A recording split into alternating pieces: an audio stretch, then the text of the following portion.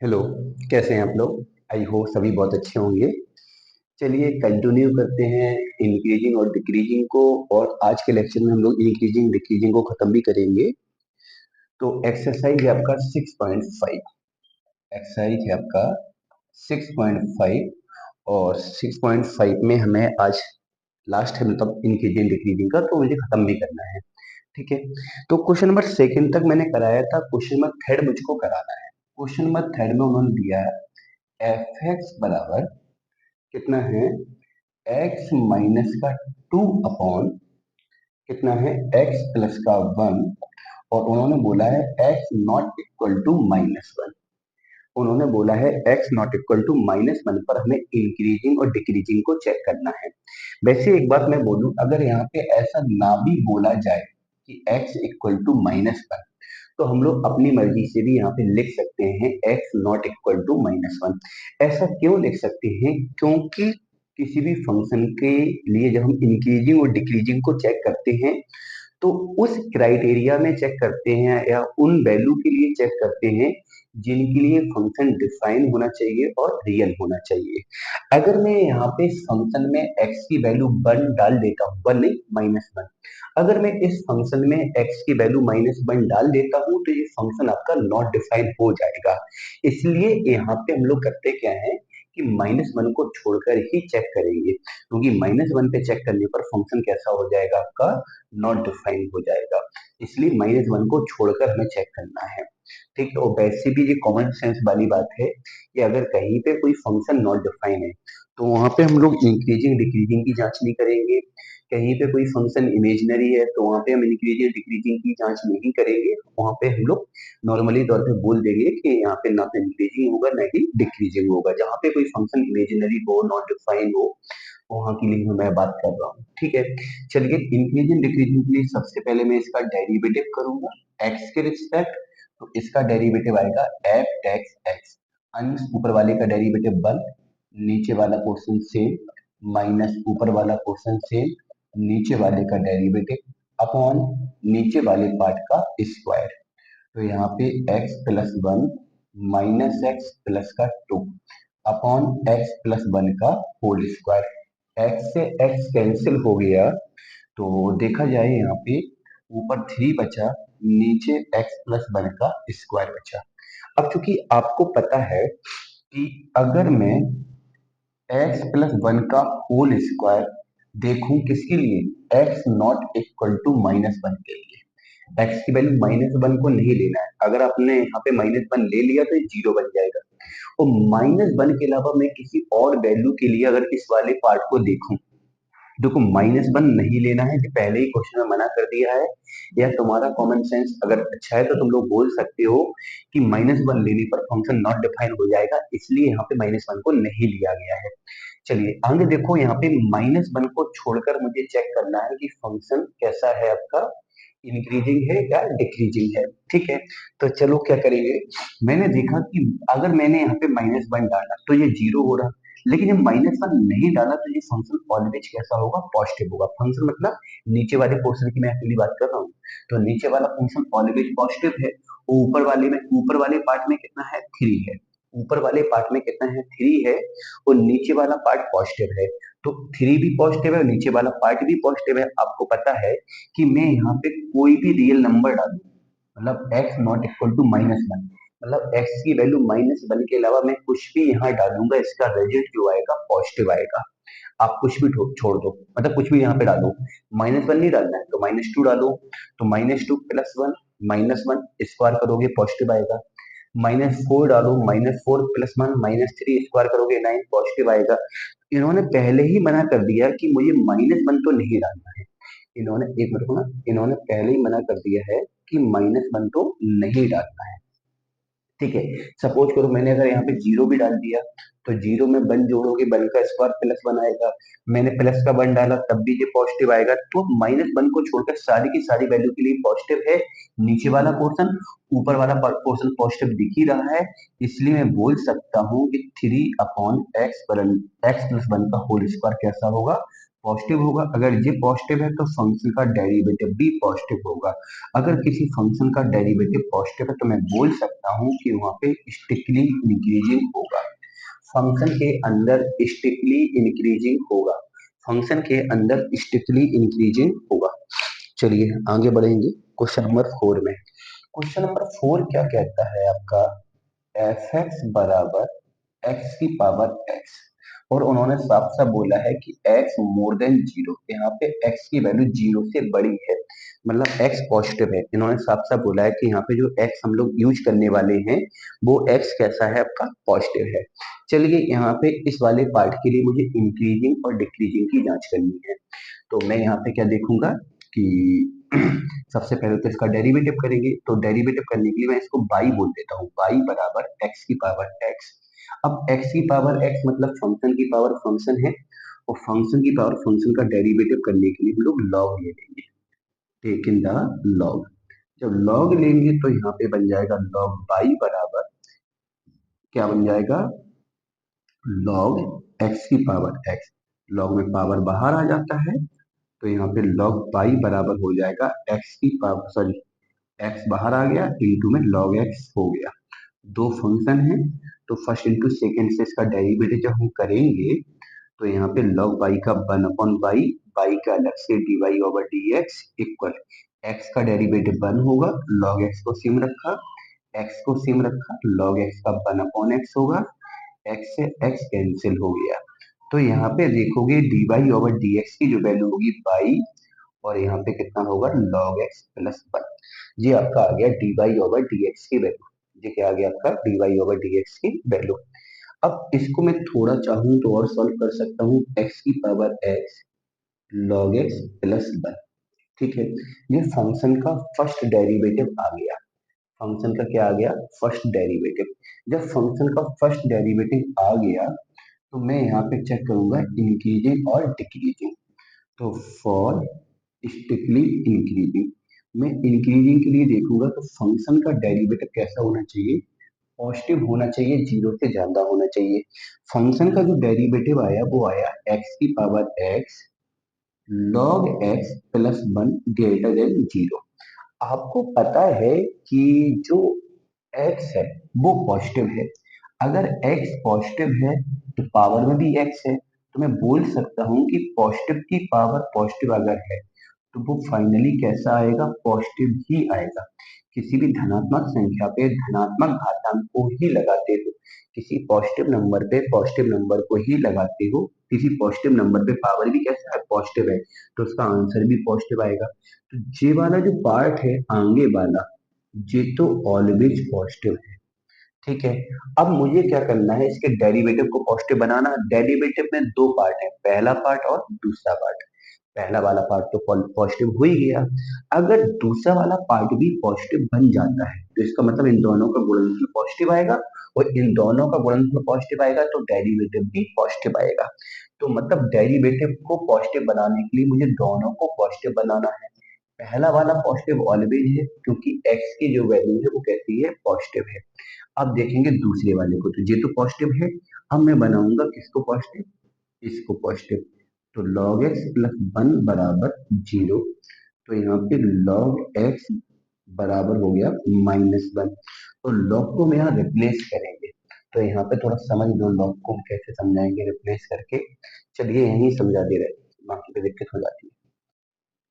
जब यहाँ पे हम समझाएंगे तो एक कंडीशन होती है, अगर कभी लिखा हो log बेस ए बी बराबर लेमडा, और मुझे यहाँ पे b का मान निकालना है, तो b बराबर जो बेस log का है वो यहाँ पे जाके इस नंबर का बेस बन जाएगा, मतलब a की पावर लेमडा बन जाएगा। मान लो एग्जाम्पल के तौर पे मैं बोलूँ log बेस 7x बराबर 2 है, तो मैं क्या बोलूंगा, यहाँ से x बराबर आएगा, यहाँ पे log का बेस 7 है, वो 7 जो log का बेस है वो यहाँ जाके बेस बनेगा, तो जो यहाँ नंबर लिखा वो पावर में चला जाएगा। तो x बराबर 7 का स्क्वायर मतलब 49 आंसर आ जाएगा। ठीक है, ऐसे ही इनइक्वलिटी में होता है, ये बात क्लियर हुई। तो ऐसे ही सेम केस इनइक्वलिटी में होता है, लेकिन इनइक्वलिटी में थोड़ी सी चीजें अलग हैं। थोड़ी सी चीजें अलग कैसी हैं, मान लो कभी लिखा है log बेस ए बी बड़ा है लेमडा से। ठीक है, अब यहाँ पे दो आंसर आते हैं। एक आंसर आने के चांस क्या है और दूसरा आंसर आने का चांस क्या है। एक आंसर का चांस क्या है, अगर ए की वैल्यू जीरो और वन के बीच में है, जीरो और वन के बीच में है, तो यहाँ पे जो बी का मान आएगा, वहां पर जो लॉग का बेस है वो यहाँ तो जाएगा, यहाँ पे बनेगा कितना आपका ए की पावर लेमडा। लेकिन जो बेस है, जो बेस है, सॉरी इनइक्वलिटी, वो आपका चेंज हो जाएगा। अगर यहाँ ग्रेटर देन है तो यहाँ लेस देन हो जाएगा। और मान लो अगर यहाँ पे ए का मान वन से बड़ा है, ए का मान किससे बड़ा है, वन से बड़ा है, तो यहाँ पे कोई परिवर्तन नहीं होगा, बी बराबर, बी ग्रेटर देन रहेगा ए की पावर लेमडा।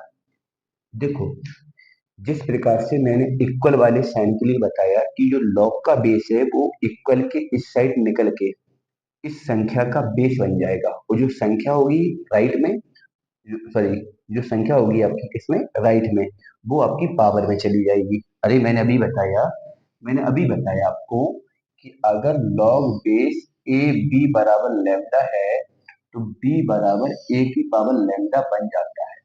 ऊपर शायद दिख नहीं रहा होगा आप लोगों को, ऊपर शायद दिख नहीं रहा होगा। चलिए मैं रब कर देता हूँ इसको, यहाँ बता देता हूँ। अभी मैंने एक फॉर्मूला बताया आपको, लॉग बेस ए बी बराबर लेमडा है, तो बी बराबर यहाँ हो जाता है ए की पावर लेमडा। जो लॉग का बेस है वो यहाँ जाके संख्या का बेस बन जाएगा, जो यहाँ पे संख्या होगी वो पावर में चली जाएगी। वही सेम केस इनइक्वलिटी के साथ होता है, लेकिन इनइक्वलिटी में थोड़ा ध्यान में रखना होगा, अगर बेस जीरो और वन के बीच में है तो ये ए यहाँ तो जाएगा लेकिन चिन्ह बदल देगा, और अगर जो बेस है वो एक से बड़ा है तो ये यहाँ भी जाएगा और चिन्ह भी नहीं बदलेगा। तो ये चीज आपको समझनी है, ये चीज आपको समझनी है। लॉग की कुछ प्रॉपर्टी है जिनको बहुत अच्छे से आपको तैयार करना है। ठीक है, तो वही चीज यहाँ पे है, जब लॉग का बेस कुछ भी ना हो तब ई होता है। और मैंने इससे पहले वाले लेक्चर में भी आपसे डिस्कस किया था, जो ई की वैल्यू होती है वो 2.7 के अप्रॉक्स होती है। 2.7 मतलब जो बेस है वो एक से बड़ा है, एक से बड़ा है तो कोई फर्क नहीं पड़ेगा, ई यहाँ पे तो चला जाएगा, वो जो यहाँ पे नंबर होगा वो पावर में चला जाएगा और चिन्ह भी नहीं बदलेगा। तो मैं बोल सकता हूँ यहाँ पे कि जो x की वैल्यू है वो 1/e से बड़ी है। अब 1/e से बड़ी है तो कितनी बड़ी होगी इस बात को समझना है। 1/e से बड़ी है, अब अगर कभी बोल दिया जाए कोई संख्या 5 से बड़ी है, अब आपसे ये नहीं बोला जाए कि कितनी बड़ी है, तो संख्या को हम लोग कहाँ तक लेंगे, 5 से बड़ा बोल दिया तो कहाँ तक जाओगे, अनंत तक। उन्होंने बोल दिया कि कोई संख्या 10 से बड़ी है, कितनी बड़ी है ये तो नहीं पता ना, ऐसे हम कहाँ तक ले जाएंगे उसको, अनंत तक। वही चीज यहाँ पे उन्होंने बोल दिया कि x 1/e से बड़ा है, x का मान 1/e से लेके कहाँ तक होगा, इनफाइनाइट तक होगा। तो देखो बेटा, ये तो पॉजिटिव पहले से ही था, इसको भी हमने पॉजिटिव बनाया किस अंतराल में, 1/e से इन्फिनिटी वाले अंतराल में। जहां दोनों पॉजिटिव हुए फिर फंक्शन आपका कैसा हुआ, स्ट्रिक्टली इंक्रीजिंग हुआ। अब मैं बात करूंगा फॉर स्ट्रिक्टली डिक्रीजिंग, और जब मैं स्ट्रिक्टली डिक्रीजिंग की बात करूंगा तो फंक्शन का जो डेरिवेटिव है वो जीरो से छोटा होगा। जब फंक्शन का डेरिवेटिव जीरो से छोटा होगा तो x की power h log x plus one छोटा होगा किससे, जीरो से। अब जब डेरिवेटिव जीरो से छोटा होगा तो डेरिवेटिव में दो पार्ट हैं, दो पार्ट कौन कौन से हैं, एक तो x की पावर x वाला पार्ट है, एक j वाला पार्ट है। और j वाला जो पार्ट है ना x की पावर x वाला, ये ऑलवेज पॉजिटिव है, क्योंकि x अगर पॉजिटिव है तो पॉजिटिव पे पॉजिटिव पावर लगाओगे तो ये तो ऑलवेज पॉजिटिव होगा। अब बेटा इन दोनों में एक पार्ट तो ऑलवेज पॉजिटिव है, लेकिन दोनों पोर्शन के प्रोडक्ट को, गुणनफल को मुझे निगेटिव बनाना है। मान लो कोई दो संख्या है और आपको पता चलेगा कि दो में से एक संख्या पॉजिटिव है और दोनों का गुणनफल भी हमें निगेटिव बनाना है।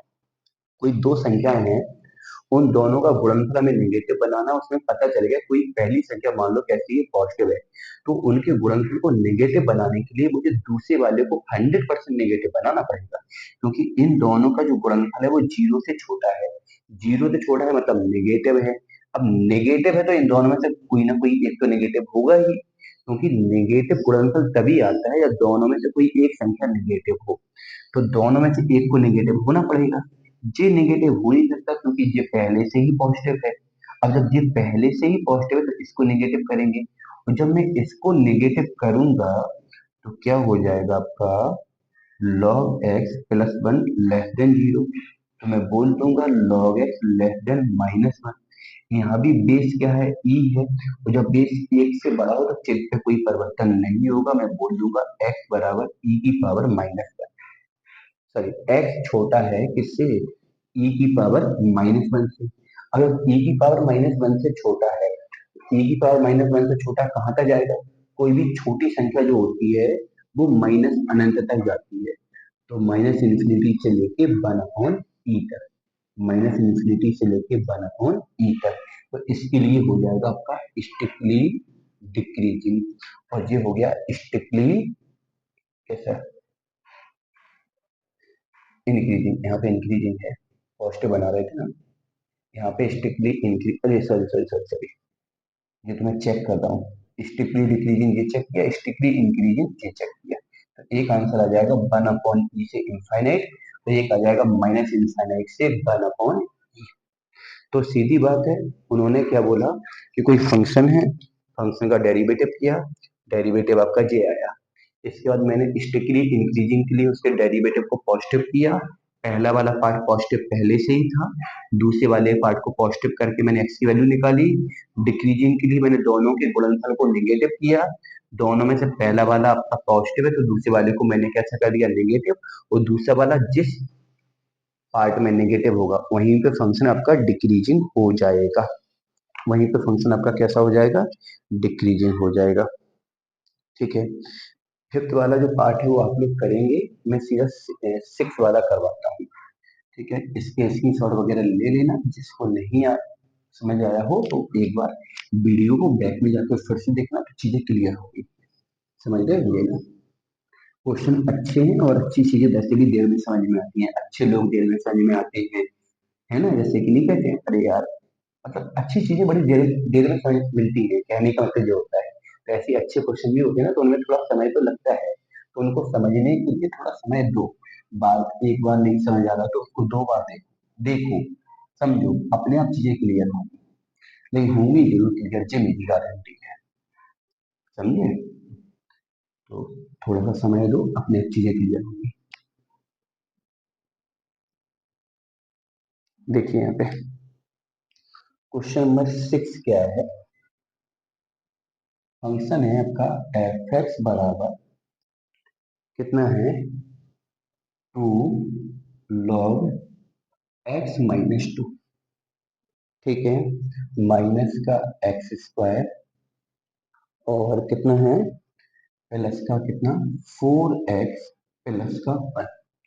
ठीक है, एक चीज याद रखो, आपको बता दूं मैं लॉग के लिए थोड़ा सा बेसिक, अगर कभी लिखा है लॉग बेस ई एक्स, तो यहाँ पे एक बात मैं आपको पहले भी बता चुका हूँ कि लॉग के साथ जो आर्गुमेंट वाला पोर्शन होता है, ये वाला, ये आपका आर्गुमेंट वाला पोर्शन है, वो ऑलवेज पॉजिटिव होता है।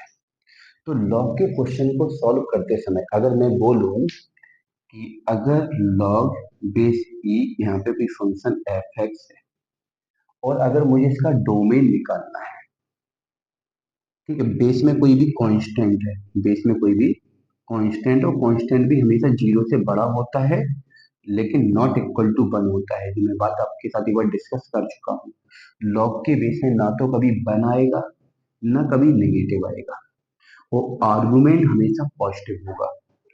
ठीक है, तो लॉग के क्वेश्चन को सॉल्व करते समय हमेशा याद रखना, मान लो एक्स के पदों में लॉग का कोई भी व्यंजक है, तो बस याद रखना है कि उस एक्स की वैल्यू कभी ऐसी नहीं होनी चाहिए। मान लो सपोज करो कि कोई ऐसा क्वेश्चन है आपका, मान लो आपको पता है इसको क्या बोला जाता है, बेस बोला जाता है। मान लो ये यहाँ पे बी लिखा है, तो ये बेस है, और बी बेस में जो बी का वैल्यू है वो ऑलवेज जीरो से बड़ा होगा लेकिन वन के बराबर नहीं होगा। ये बात मैं आपके साथ डिस्कस कर चुका हूँ। मान लो कि यहाँ पे कभी ऐसा क्वेश्चन आ जाए लॉग बेस में x माइनस वन और यहाँ पे मैंने बोल दिया क्या है x² + 3। ठीक है। अब भाई उन वो कहें कि इसका मुझे डोमेन निकालना है। कभी ऐसा क्वेश्चन आ जाए कि लॉग का ऐसा कोई फंक्शन दे दिया जाए और डोमेन निकालो। डोमेन का मतलब होता है लॉग के अंदर वो वैल्यू जो लॉग एक्सेप्ट करता हो। तो लॉग वो सारी वैल्यू एक्सेप्ट करेगा जिसके लिए ये वाला पोर्शन कैसा हो, पॉजिटिव हो। ये वाला पोर्शन पॉजिटिव हो और ये वाला पोर्शन भी कैसा हो, पॉजिटिव हो। But not equal but not equal 1, but not equal to 1। Base में 1 नहीं होना चाहिए। कोई भी पॉजिटिव हो सकता, 1 नहीं हो सकता है। तो जब भी ऐसे फंक्शन का हम लोग डोमेन निकालते हैं तो मैं क्या बोलूंगा, x² + 3 को जीरो करूंगा, सॉरी पॉजिटिव करूंगा, और x-1 को भी मैं पॉजिटिव करूंगा, और जो बेस है वो नॉट इक्वल टू 1 करेंगे। बेस नॉट इक्वल टू 1 कब होगा, जब x की वैल्यू 2 ना हो। अगर x की वैल्यू 2 नहीं होगी, x की वैल्यू 2 नहीं होनी चाहिए, x की वैल्यू 2 नहीं होनी चाहिए। ये वाला पार्ट अगर देखूं तो ये वाला पार्ट तो ऑलवेज पॉजिटिव आपको नजर आ रहा होगा, क्योंकि x² + 3 है तो ये ऑलवेज पॉजिटिव होगा। ये वाला पार्ट पॉजिटिव होगा अगर x की वैल्यू 1 से ज्यादा हो। तो अब जैसे आपका ये वाला पार्ट जो आर्गुमेंट वाला पार्ट है वो पॉजिटिव कब है, जब x रियल नंबर है। और बेस वाला पार्ट पॉजिटिव कब है, जब x 1 से बड़ा है, 1 से लेके कहां तक, इनफाइनाइट तक। तो डोमेन निकालने के लिए मैं इन दोनों का इंटरसेक्शन लेता हूँ। खैर ये बहुत ज्यादा डीप हो गया, बहुत ज्यादा मतलब आपके लेवल से काफी ज्यादा डीप हो गया। इतना आपके लेवल में है ही नहीं कि बेस में भी एक्स वाला पार्ट मिले और आर्गुमेंट में भी एक्स वाला पार्ट मिले, लेकिन फिर भी मैंने समझा दिया कि कभी कभी भी अगर ऐसा फंक्शन मिल जाता है, ऐसा फंक्शन मिल जाता है तो हमको करना क्या है कि दोनों को पॉजिटिव तो बनाना ही है और बेस को नॉट इक्वल टू बनाना है। तो इन दोनों को पॉजिटिव बनाने के लिए मैं इन दोनों का इंटरसेक्शन लूंगा। मैं 11 में पढ़ा हुआ इंटरसेक्शन मतलब कॉमन। तो एक ऐसा नंबर जो इन दोनों में कॉमन हो। तो यहाँ पे 1 से बड़ा नंबर है और यहाँ पे रियल है। अगर मैं यहाँ पे 1 से बड़ा नंबर ले लेता हूँ तो वो अपने आप रियल में से आ जाएगा, नहीं आ जाएगा। दोनों में कॉमन देखते हैं। कॉमन देखने के बाद उन नंबर को हटाते हैं जिनके लिए नॉट इक्वल है। तो 2 के लिए नॉट इक्वल है तो 2 को हम लोग हटा देंगे। तो ये इसका डोमेन हुआ इस वाले क्वेश्चन का। लेकिन मैंने क्या बोला कि अगर ये समझ में ना आए तो छोड़ देना।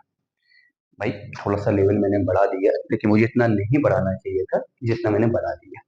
लेकिन पता नहीं मन में आया तो बढ़ा दिया, छोड़ देना अगर नहीं आता है। तुम लोगों के में ऐसे क्वेश्चन जरूर मिल सकते हैं, जैसे आपको जेई वाला क्वेश्चन है, जैसे लॉग बेस जब कुछ भी नहीं तो ई मानोगे और x-2।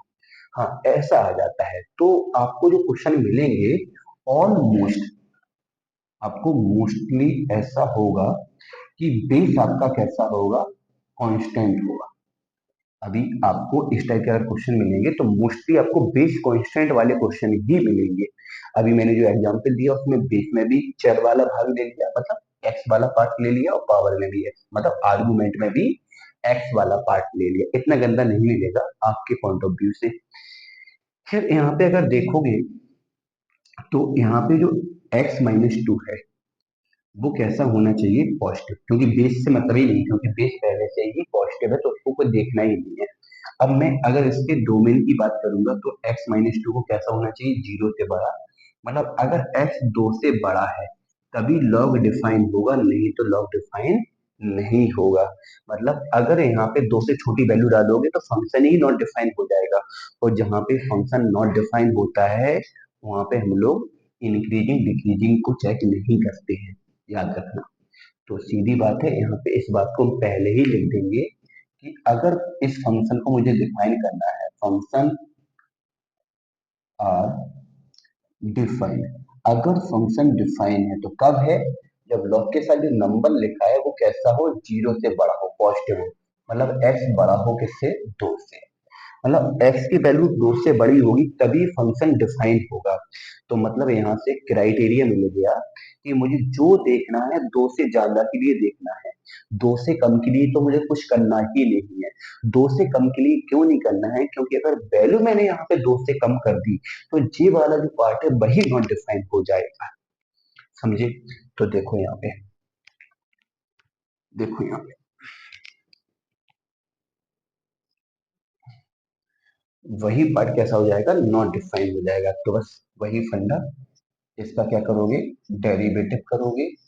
तो फंक्शन का derivative f x x two log x का डेरिवेटिव 1/x, जिसको x माना उस, सॉरी, इसका तो डेरिवेटिव हो ही गया। अब इसका करो एक्स स्क्वायर का 2x, 4x का 4, 1 का 0। तो ये हो गया 2/x-2 माइनस का 2x/1 और 4/1। यहाँ पे एलसीएम ले लिया मैंने x माइनस का 2। चलिए जब एलसीएम ले लिया तो यहाँ पे 2 है, यहाँ पे 2x x-2 है, यहाँ पे 4x-2 है। एलसीएम ले लिया, चलिए सॉल्व कर दो। माइनस का 2x² माइनस माइनस प्लस का 4x, यहाँ भी 4x माइनस का 8 और 2 यहाँ पे पहले से लिखा है अपॉन में x-2। चलिए ऊपर माइनस का 2x², 4 और 4 8x माइनस 6 में कितना है x-2। अच्छा, अब मैं और भी थोड़ा सा इसको सॉल्व कर देता हूँ। तो फंक्शन का जो डेरिवेटिव है, यहाँ से माइनस कॉमन ले लो और 2 कॉमन ले लो, तो क्या बचेगा आपका x² minus 4x plus 3/x-2।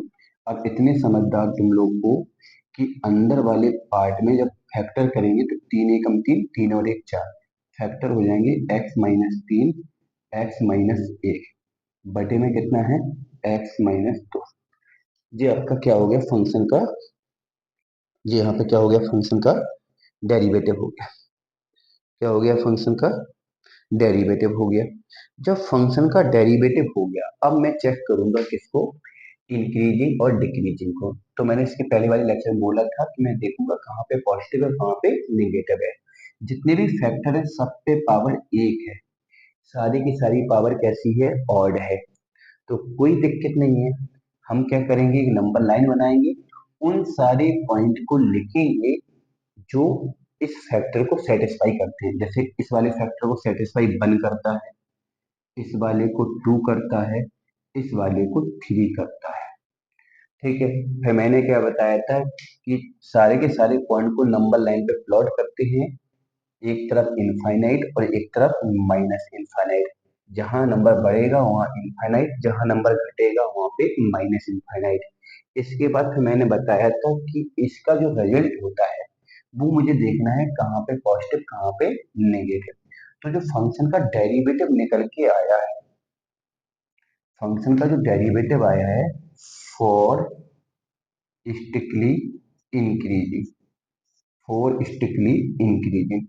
तो फॉर स्ट्रिक्टली इंक्रीजिंग के लिए जो फंक्शन का जो डेरिवेटिव है वो कैसा होना चाहिए, 0 से बड़ा होना चाहिए।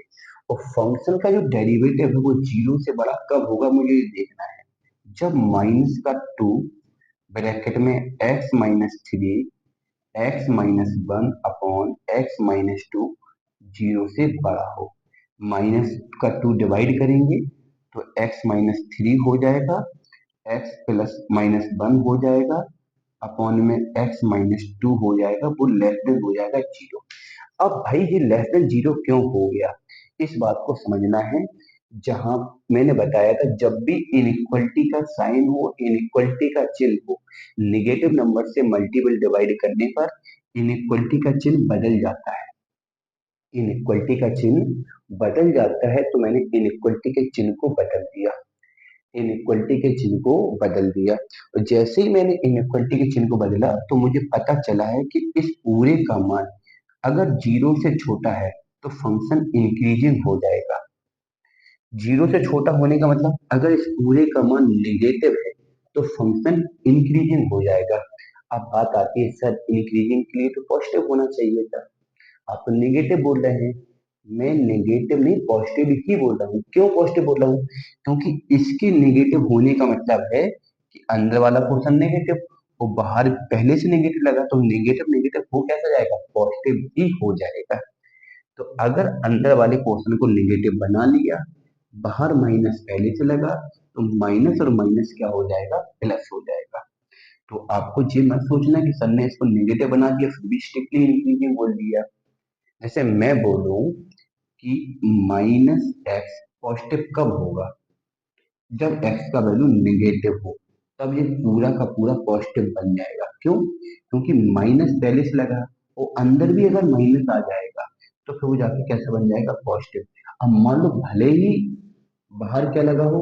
प्लस लगा हो, लेकिन अगर अंदर वाला माइनस हो गया तो माइनस नहीं हो जाएगा। तो बस याद रखना कि इसको मुझे अगर पॉजिटिव बनाना है डेरिवेटिव को, तो डेरिवेटिव को पॉजिटिव बनाने के लिए अंदर मुझे माइनस लाना होगा। वो अंदर अगर माइनस आ गया, बाहर माइनस पहले से है, तो माइनस और माइनस क्या हो जाएगा? प्लस, मतलब जीरो से बड़ा हो जाएगा। अब इस पूरे पार्ट को मुझे जीरो से छोटा मतलब नेगेटिव करना है, और इस पार्ट के मैंने पॉइंट को ऐसे प्लॉट किया है। तो देखो यहाँ पे क्रिम आपको पता हो, यहाँ पे प्लस आता है, दूसरे अंतराल में माइनस, तीसरे में प्लस, फिर माइनस।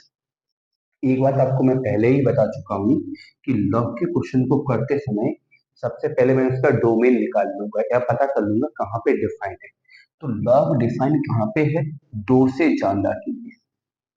दो से ज्यादा के लिए मैं इसमें चेक करूंगा कहाँ पे डेरिवेटिव पॉजिटिव है, कहाँ पे निगेटिव है, मतलब आगे वाले पोर्शन से मुझे कोई मतलब नहीं है।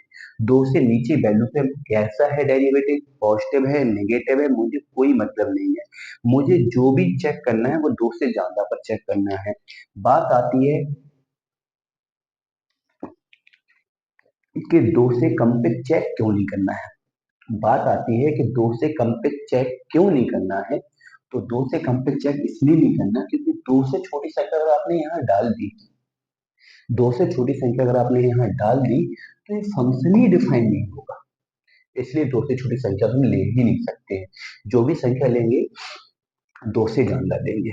तो दो से ज्यादा के लिए मुझे इसका मान नेगेटिव चाहिए, और नेगेटिव हो रहा है यहाँ पे, हो रहा नहीं हो रहा?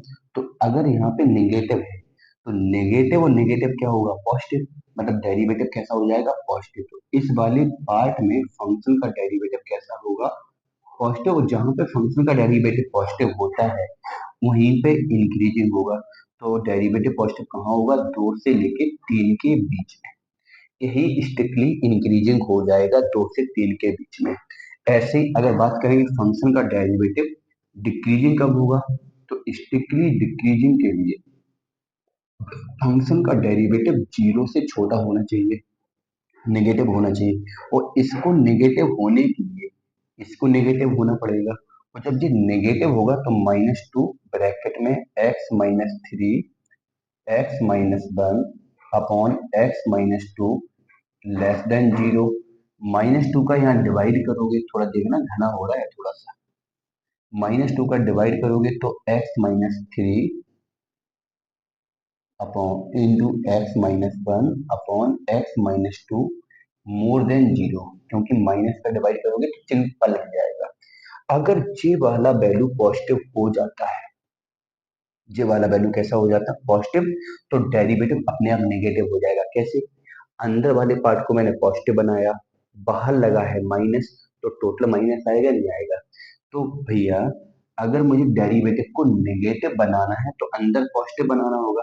और अंदर वाला पार्ट पॉजिटिव कब होगा? जब एक्स की वैल्यू तीन से ज्यादा होगी।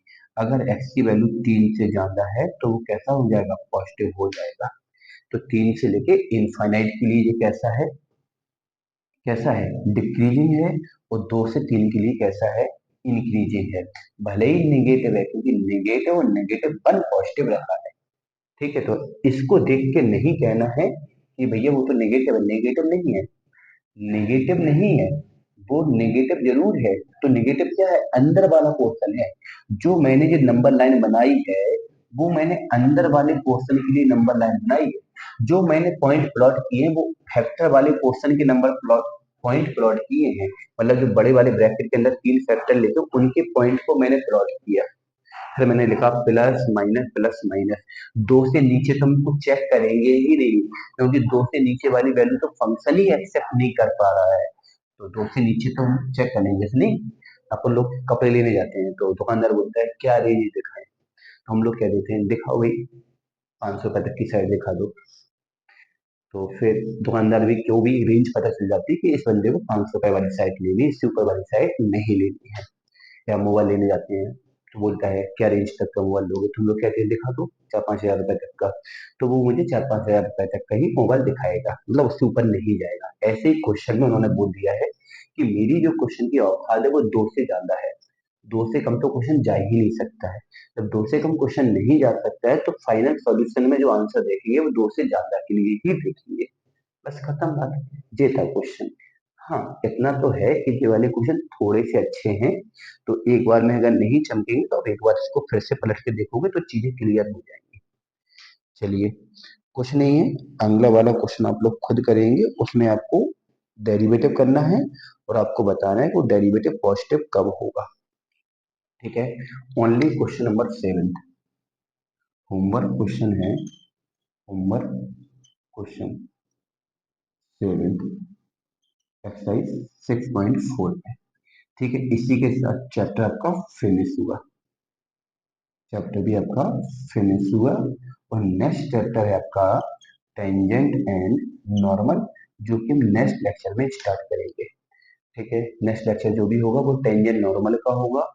आप लोग लगाओ, अगर कोई डाउट बनता है तो भेजते रहो। अगर आप लोगों के बहुत सारे क्वेश्चन अगर हमारे पास कलेक्ट हो जाते हैं तो मैं एक लेक्चर होमवर्क वीडियो का बना दूंगा, जिसमें आप लोगों ने जो क्वेश्चन हमको भेजे हैं मैं उनका सबका सोल्यूशन वहाँ पे अपलोड कर दूंगा। बाद बाकी मुझे नेक्स्ट लेक्चर से आपका टेंजेंट नॉर्मल स्टार्ट करना है, तो अभी तक जितना हुआ है उतना आप लोग कंप्लीट करें। इसी के साथ मिलते हैं नेक्स्ट लेक्चर में। Okay, bye.